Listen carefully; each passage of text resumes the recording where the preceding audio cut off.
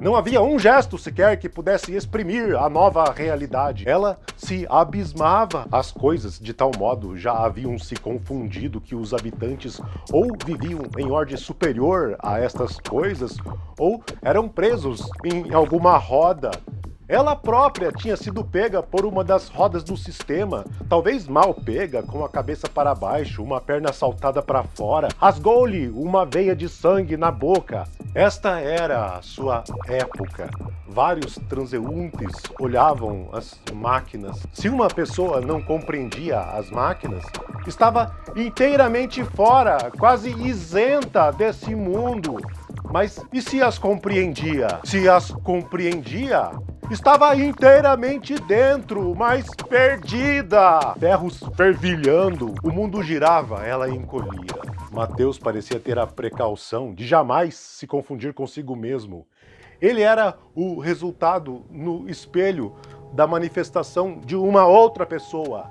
E no meio de tudo isso, ela era tão feliz que sufocava. Alcancei o ideal de minha vida! E se o luar recomeçava com o seu morto silêncio, o ambiente universal evitava a noite verdadeira, reduzindo todos a uma impessoalidade. Ria sobre a catástrofe, abismada. Os dias passavam, meses e meses passavam. Perdiam-se horas. E não se precisava forçar a união de um trecho da vida a outro. Bastava dormir que se acordava no dia seguinte. Depois nem sabia em que momento tinha adormecido. De tal modo, veio o dia seguinte, seu antigo quarto empoeirado. No crepúsculo, a mulher espiou o morro. A escarpa negra erguia-se sobre São Geraldo. Agora, outros olhares, que não o dela, haviam transformado o subúrbio. Saíam juntos para passear, o ar ao seu redor quase palpável. Só quando o marido morreu do coração, ela já compreendeu aquela força de coisas se precipitando, o pousar total quando se sentava. Voltava-se rápido à palavra que lhe lembrava sonhos de sonhos, o terror escapando das paredes. Havia um alívio, mas também um reconhecimento que ela não sabia a quem endereçar. Olhava um morro, no entanto se forçava seus sentimentos, tudo se fechava. Não tinha sequer um segundo momento. Então só restava a ela dizer que noite bonita. E a sombra descia cada vez mais, amansando as coisas na brisa. O que antes se via se espalhava agora invisível por São Geraldo. O vento balançava os ramos na sombra. Estava a varanda da sala de visitas e, atrás, o maquinismo da casa funcionava, a fumaça se exalando do fogão, mas isso já como uma história antiga. Já era tarde e o marido não tinha chegado. E de súbito o som desafinado. Um trem descarrilhando dentro do relógio da torre. Eram 8 horas e Mateus não tinha vindo. Como se transformara o subúrbio, o suor da noite quente. Tudo esperava a chuva. De fato, já chovia. Em breve, por mais longe que se olhasse, havia chuva. Poucos minutos depois, a chuva deu uma trégua. As estrelas ficaram limpas. Ele chegou, ensopado. A mulher chorou de nervoso. Começaria a cansá-la a resistência desse mundo, liberta do dever com que tinha nascido, que lhe haviam transmitido no meio e que ela certamente transmitiria sem explicações no meio também. Ela, sufocada de felicidade, sofrendo por ter que um dia amar outro, pois estava dito sem explicações que também ela uma vez amasse, talvez para elevar esta cidade com mais uma pedra. Ah, como São Geraldo progredia! Já então Lucrécia tentava gostar daquele progresso com medo de não alcançá-lo mais. Nesse tempo de felicidade, vivia cheia de pequenas rugas se formando, misturada a essa poeirenta época que aspirava com sufocação a posterioridade. no dia seguinte, à tardinha, finalmente tinha cessado a miúda chuva de 2 semanas. O céu, quase neutro e sob a agudez do incolor, elevaram-se telhados. Por um instante raro, as derradeiras gotas iluminadas da chuva. Ela estava tão perdida que parecia guiada. Ela não poderia mesmo conter certas frases. Quase o agarrava pela gola, ele se desviando, incomodado. Mateus, Mateus, meus lábios estão partindo. E se assustou. Seria esta uma frase de outro tempo? Nesse período, Lucrécia Correia se agregou, enfim, ao que sucedia. Uma dureza nasceu em relação ao marido. Nessa época, ele já passava a trabalhar menos e a ficar horas em casa, entediado. A presença de Lucrécia, de algum modo, o sufocava. Riam para encobrir a miséria emocional em que se encontravam. Parecia-lhe que o único modo agora de descrever São Geraldo era o de perder-se nas suas ruas. Mateus! Gritava irritada. Mateus, vem cá! Ordenava e ia ficando absorta, dominada pela imobilidade da sala, mergulhada numa realidade que seria ultrapassável apenas por voos. Em breve, tal estado tomou mesmo um ar de ter sempre existido, a casa em meia à escuridão. Tirou uma fotografia. O rosto dizia uma coisa. Tinha sido um prenúncio. Pendurou o retrato no corredor.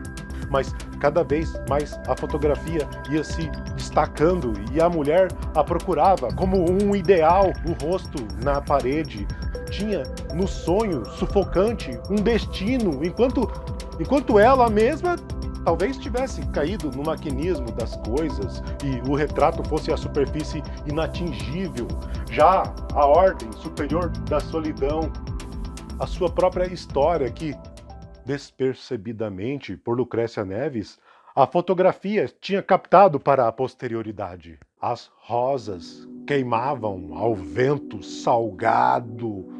Sentava-se à porta de casa. Quanto mais vinha a noite, mais longe tudo parecia. Quem tinha partido para sempre. Aquele era um lugar imenso e parecia a primeira noite a dormir depois que se enterrava uma pessoa. O tic-tac do relógio suspendia cada objeto na própria superfície. Dava uma solidão precisa a cada coisa. A Casa das Rosas era solevada em glória no ar por mosquitos leves que haviam crescido além do tamanho e enfraquecidos por esse excesso. Era fácil tocá-los. Quando se deixava um copo de água, se afogavam e morriam, sem ao menos se deteriorarem. Era uma vida breve, sem relutância. Os mosquitos pareciam viver de uma história muito maior do que as suas. A luz de um poste se acendeu. O instante se dourou na noite. Ah, aquela estrela. Ela começou imaginando uma conversa com Lucas na calçada. Seguiram, mas às vezes lhe dava a impressão de que há anos caminhavam na poeira sem que uma brisa aliviasse o ar. Uma noite ficaram de pé sobre a colina. Ele com o rosto escuro. Quando a luz do farol os percorria, revelava duas caras desconhecidas concentradas na sua última imagem. A mulher parecia mesmo viver na linha do horizonte. Era de lá que via cada pequena coisa com suas luzes. Esse estranho mundo das distâncias. Havia uma coisa que o pensamento não pegava. Era esse o nome fácil das coisas. Não havia outro modo de ser. O campo se estendia, silencioso. Lá estava a outra vida, olhando aquelas terras onde o espírito era livre. Aqui eu construiria uma grande cidade. Realmente havia lugar, e arrancando as ervas e o milharal, o chão estaria, por assim dizer, pronto. Então, na outra vida, com esforço, Ela fazia casas se erguerem, usinas fantasmas funcionarem, a cabeça no escuro. Seria essa a demência da solidão? Encostou-se na parede. Nunca tinha sido tão encostada à parede, sobrevivendo como obscura vitória, agarrando-se à sombria alegria de subsistir, apenas uma cabeça a se exprimir no escuro. Depois, na noite, o rosto na obscuridade era anônimo. Ela silenciou diante dessa verdade, que era a forma de uma cara. A luz do farol os revelou tão rapidamente que não se puderam ver. Peço perdão por eu não ser uma estrela ou um mar. Esse tinha sido o seu maior discurso até hoje. Passado o instante de o farol de novo percorrendo outros cantos, a deixando no escuro, de novo ela não conheceria a verdade, senão revivendo, mesmo os momentos inúteis. Ela queria tão pouco. Aquele ser fraco que não morria. Assim, o ar da noite parecia livre. Agora, o que não tinha palavra era compreendido. Assim, caminhando de volta ao centro, era uma mulher. E, se quisesse, com esforço, ignorando suas noites desconhecidas, era uma mulher viva. Cada pessoa trabalhava com séculos. Algumas gerações anteriores a ela já haviam sido expulsas de uma colônia e entregues à solidão. E agora tratava-se de perder-se até chegar ao mínimo de si mesma, ponto latejante. Nesse mínimo de si mesma, já estaria ela toda.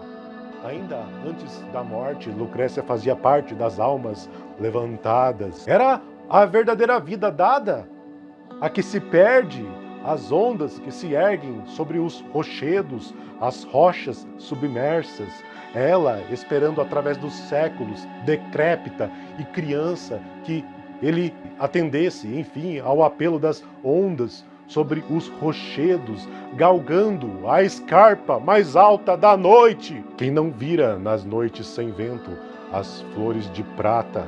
Queria responder e, se falasse, teria, enfim, conseguido responder a uma veneziana que bate no silêncio de uma rua, a um espelho que reflete, a tudo isso que até hoje deixamos sem resposta. Em breve, ela pensava em como mostrar o melhor de si mesma, contar sobre sua vida. Em surpresa, nada encontrava. Na urgência do momento, lembrou-se de algumas noites e, embora raramente pensasse nelas, elas surgiram-lhe como a única realidade de sua vida. Atacava a memória destas noites que parecia terem se perdido no seu sangue. Esquecer era bem um modo de guardar para sempre. Eis que, na colina, parecia encontrar o sinal que tanto procurava. Esse insubstituível que mal se adivinhava nas coisas. 2 gerações anteriores, quase tudo já se havia perdido.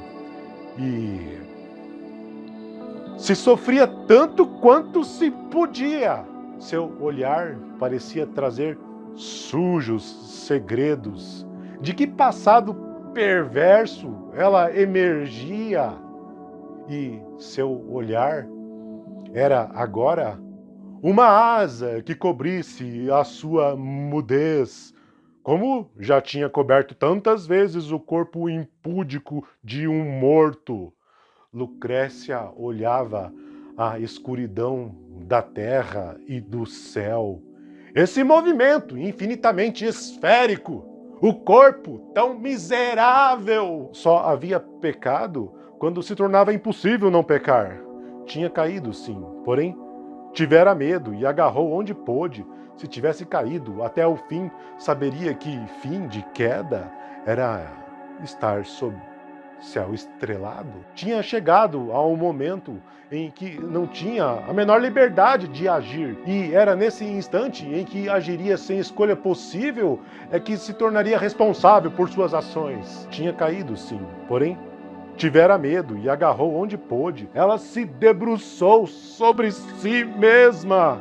ela própria reconhecendo a terra, marcando-a como breve lugar de vida e morte.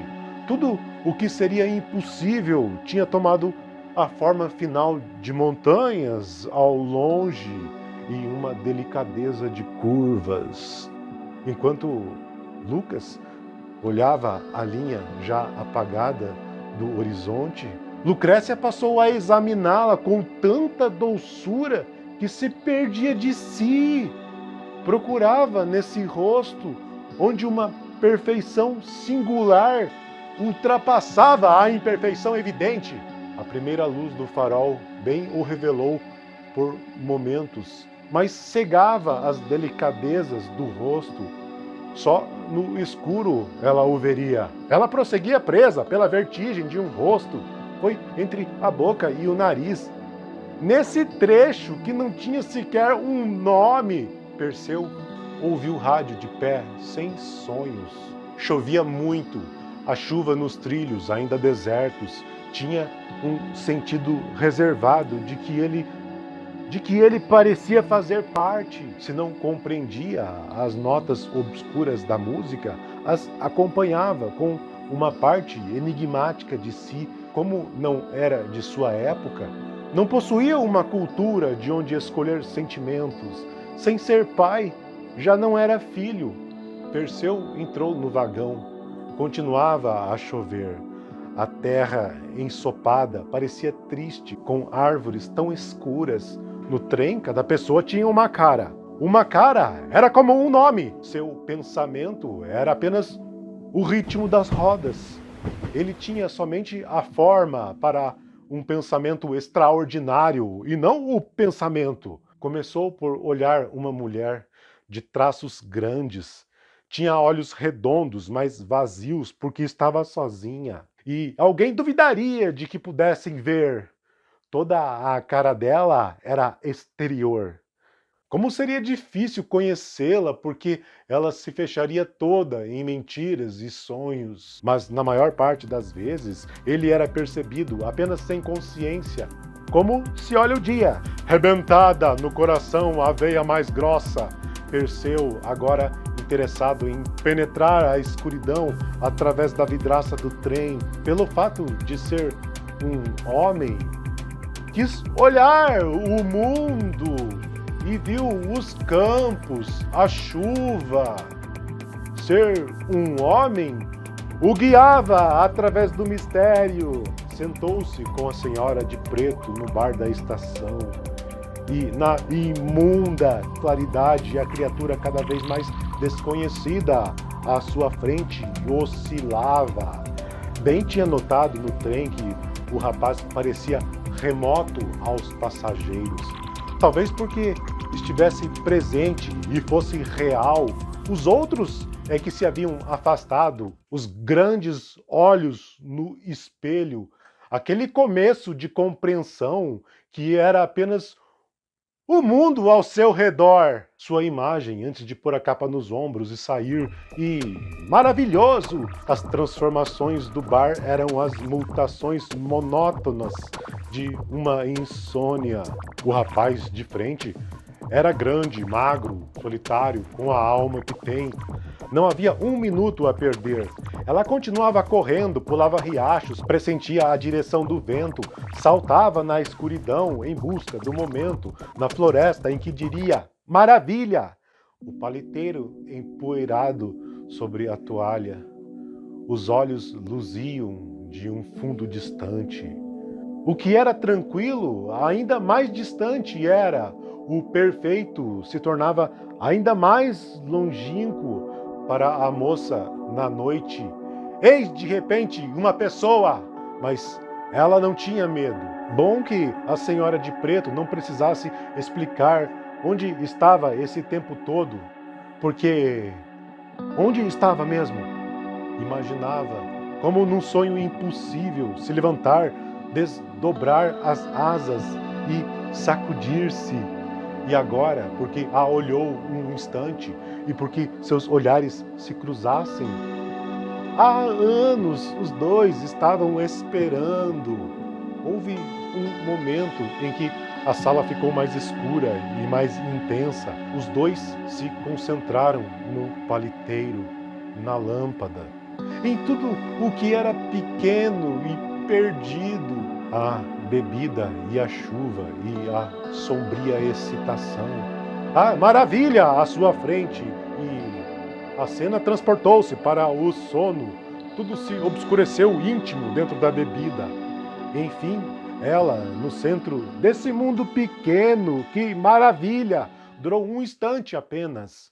Eis a verdade. Era assim que na idade madura se impunha chamar maravilha. Levantou-se, desapareceu por uma porta. Perseu, aterrorizado, a ouviu vomitar. Se despedir não era o pior. O pior era não esquecer, talvez uma semana, o que era tanto, o que era tão pouco. O rapaz acordou. Um instante mais e a luz escura da sala lhes permitiria andar em saltos lentos. Daí, a um momento, adormeceriam de bruços sobre a mesa, ao som da chuva. Já no táxi, a mulher sentiu algum remorso o vendo de pé sob a luz do poste, na chuva. Alto, preso à sua subjetividade, aproximou a cabeça da vidraça, sorriu num ar meio que lhe tirava momentaneamente a idade do rosto. Em breve, andando nas ruas molhadas, e não falava sobretudo. Fala-se demais. Ele era a realidade. Um homem moço, calado, metido no seu mundo. Assim o viram de uma janela e ele não passava disso. Andava olhando os edifícios sob a chuva, de novo impessoal, cego, na cidade cega. E mesmo que se perdesse, perder-se também é caminho. Nos últimos dias de vida, Mateus Correia pareceu acanhado diante da gravidade do que lhe sucedia. Que faria a alma tão inexperiente sem a solução que tinha sido um corpo? Lucrécia chorava. E agora, sozinha, ficava de noite escutando o silêncio da rua.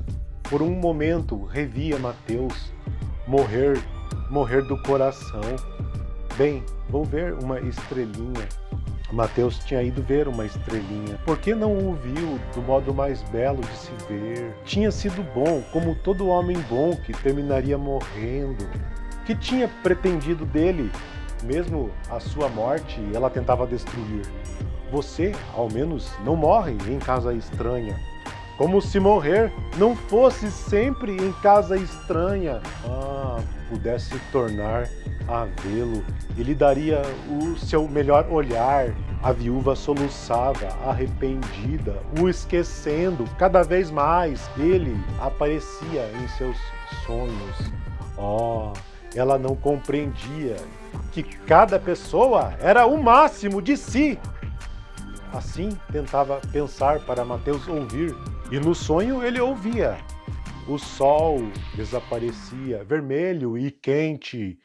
Em seguida, a casa clareou-se, abriram-se as janelas, tudo lavado pelas lágrimas. Nas ruas, o que tinha sido mortal havia sido atingido, e o resto era eterno. Aquela claridade de ar que não tem nome. Abria os olhos em espanto contínuo. Era tarde perfeita.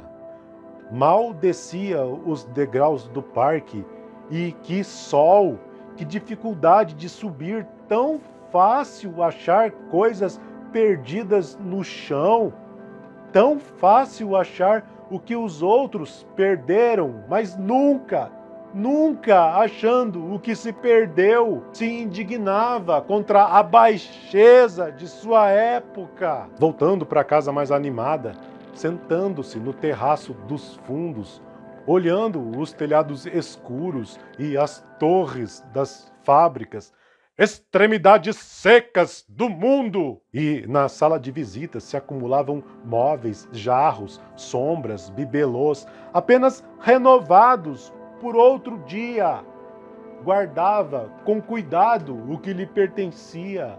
Também o sobrado tinha conseguido chegar até a atualidade, velho, raso, mas cheio do amplo dessa tarde. Se tinha perdido o motivo dos hábitos, ainda os conservava, e se tinha esquecido o verdadeiro motivo de se dirigir-se à sala, mantinha o modo de olhá-la.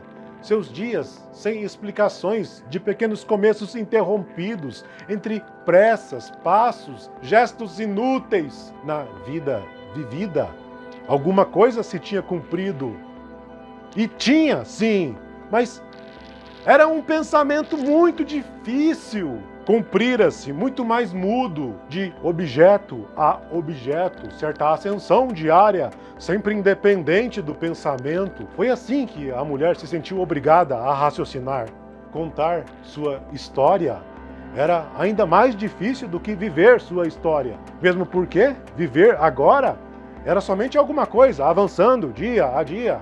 E tinha chego a um certo ponto, um cão latindo longe, o olhar continuando a ser sua reflexão máxima, e as coisas proliferadas, tesouras na mesa, asas, carros sacudindo constantemente o primeiro andar que um dia seria demolido.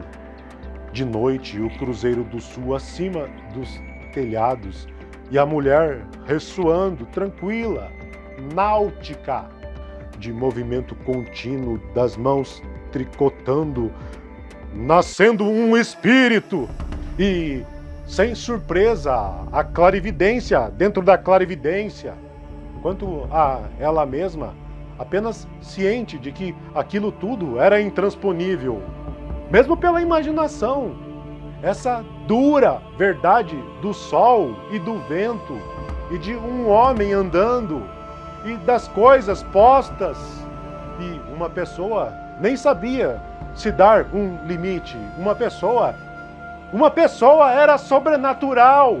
Uma pessoa era sobrenatural e vazia, sentada de pernas abertas, as mãos se cruzando sobre a barriga.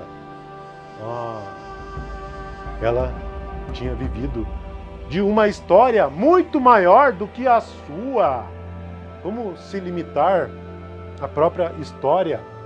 Se lá estava a torre da usina, essa verdade feita de poder olhar, nunca tinha pensado mesmo. Pensar seria apenas inventar. O milho crescendo no campo tinha sido o seu maior pensamento. Seria esta a história de uma vida vazia? De súbito, no meio do tricô, apenas por glória, a mulher se erguendo e batendo asas sombria sobre a cidade realizada. A tarde se obscureceu e ela aproveitou a penumbra para se aconchegar. Tudo o que possuía de mais precioso estava fora dela. Abandonaria tudo isso e recomeçaria noutro lugar, mas ela abandonaria a cidade que o desmesurado orgulho de seu destino tinha erguido. Foi levantado São Geraldo, mas daí em diante ele teria uma história que não interessaria mais a ninguém, largado as suas subdivisões. Os habitantes o haviam desertado, ou dele desertado seus espíritos, embora também ficassem entregues à liberdade e à solidão. Quem sabe, como diria Lucrécia Neves, um dia São Geraldo teria linhas de trens subterrâneas. Parecia ser este o único sonho da cidade abandonada. Lucrécia estava deitada na escuridão. O teto era uma superfície sem fim. A cidade era o mundo inteiro. E ela estava sentada, tranquila,